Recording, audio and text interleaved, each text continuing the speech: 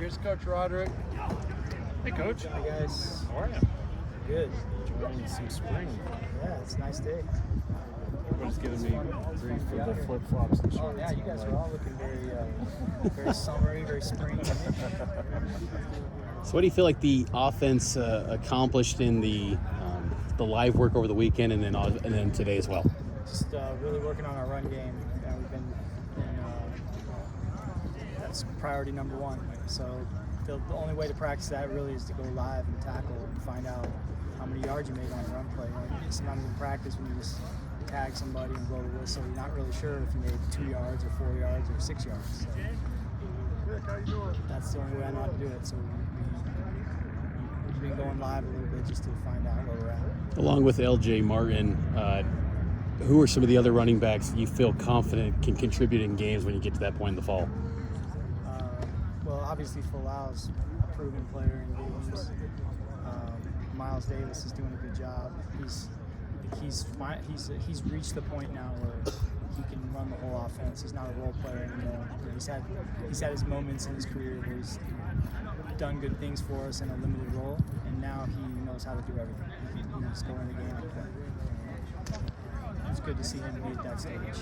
And then Hokai is getting a lot of reps and doing a really good job. Where are you at in the quarterback battle? Just battling it out, even reps every day between Gary and Jake. We're only halfway through, so I don't think the body of work is enough to make any determinations yet. They've both had some good days. We're just working our way through it. And Gary, he's still new to the system, so I don't think it'd be fair to make any kind of major judgments after 8 or 9 practices yet. Let that body of work grow, and then we'll evaluate it later. So is there not much carryover between his time at Baylor and this offense? Well, there is. So the actual plays and things that he's doing in the offense are very similar, but the terminology is completely different. And so it's just getting a play call, processing it in your brain. Oh yeah, it's that play from Baylor. Yeah. That's Gary's a really smart guy and he's picking it up fast, but there's a lot, and there's a lot to it. Coming into spring, what caused you to say Jake and Gary were the two guys, the only ones that were going to compete for that starting job? Why not a third or a fourth guy? It just felt like there was a gap between Jake. It felt like there was a gap between Jake and the next best guy, and then Gary's experience level, having already been a starting quarterback, won a Big 12 championship, just felt like and then just knowing him and knowing his character, we just thought he was the right guy to come in and compete with Jake. The other guys are getting better though. There's been some really good progress there. I'm not saying none of those guys will ever play. It just felt like before spring ball there was just a bit of a gap there between Jake and the next guy. As a coach, does spring football kind of break everything down to its baseline? Do you really enjoy that aspect of it? I do. I love it. You start from scratch. It's about fundamentals and technique, and it's about boiling things down to the core elements of how you win a football game. For us, it's about being physical. We need to be physical again. Get back to running the football the way we did in the years prior. And so that starts with very boring things, just footwork and stance and alignment and assignment, and knowing and having a physical mindset. So I love it. It's been fun.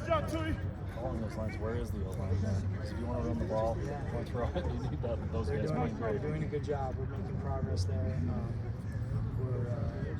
We've definitely improved. It's too soon to say anything. I want to say overstate it. We've got a lot of work to do, but I believe that we are improving, and our tight ends are much improved, especially in the run game. So what needs to happen to keep that progress going? Just keep going. You can't have a good practice and be satisfied. For us to be successful this year, we're going to have to play with a huge chip on our shoulder every week. That's who we're going to be.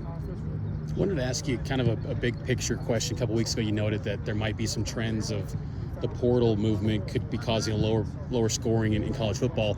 How do you just feel about the sport as a whole? I mean, there's outside talk about private equity, playoff, realignment. Just you've been in this game for decades now. How do you just feel about the direction of college football at the moment? mean, we're definitely in a time of change. You know, there's a lot going on, but you know, you gotta adapt or die. And that's how it is. So there's no sense in complaining about it from where I sit. I'm trying to get a first down, and that's how I look at it. You know, like how are we going to get the next first down? I'll leave the other stuff to everybody else to philosophize about it and try to fix all those other problems. My job is to just get our players ready to play. So that's what I'm focused on. So it doesn't add like all this outside noise, NIL and all this. It doesn't add much to your extra workload. No, it adds challenges for sure. I mean, just knowing that players can leave and guys are being paid, and those things is definitely a challenge. But it doesn't do any good for me to complain about it or say whether I like it or not. It doesn't really matter. It is what it is. It exists.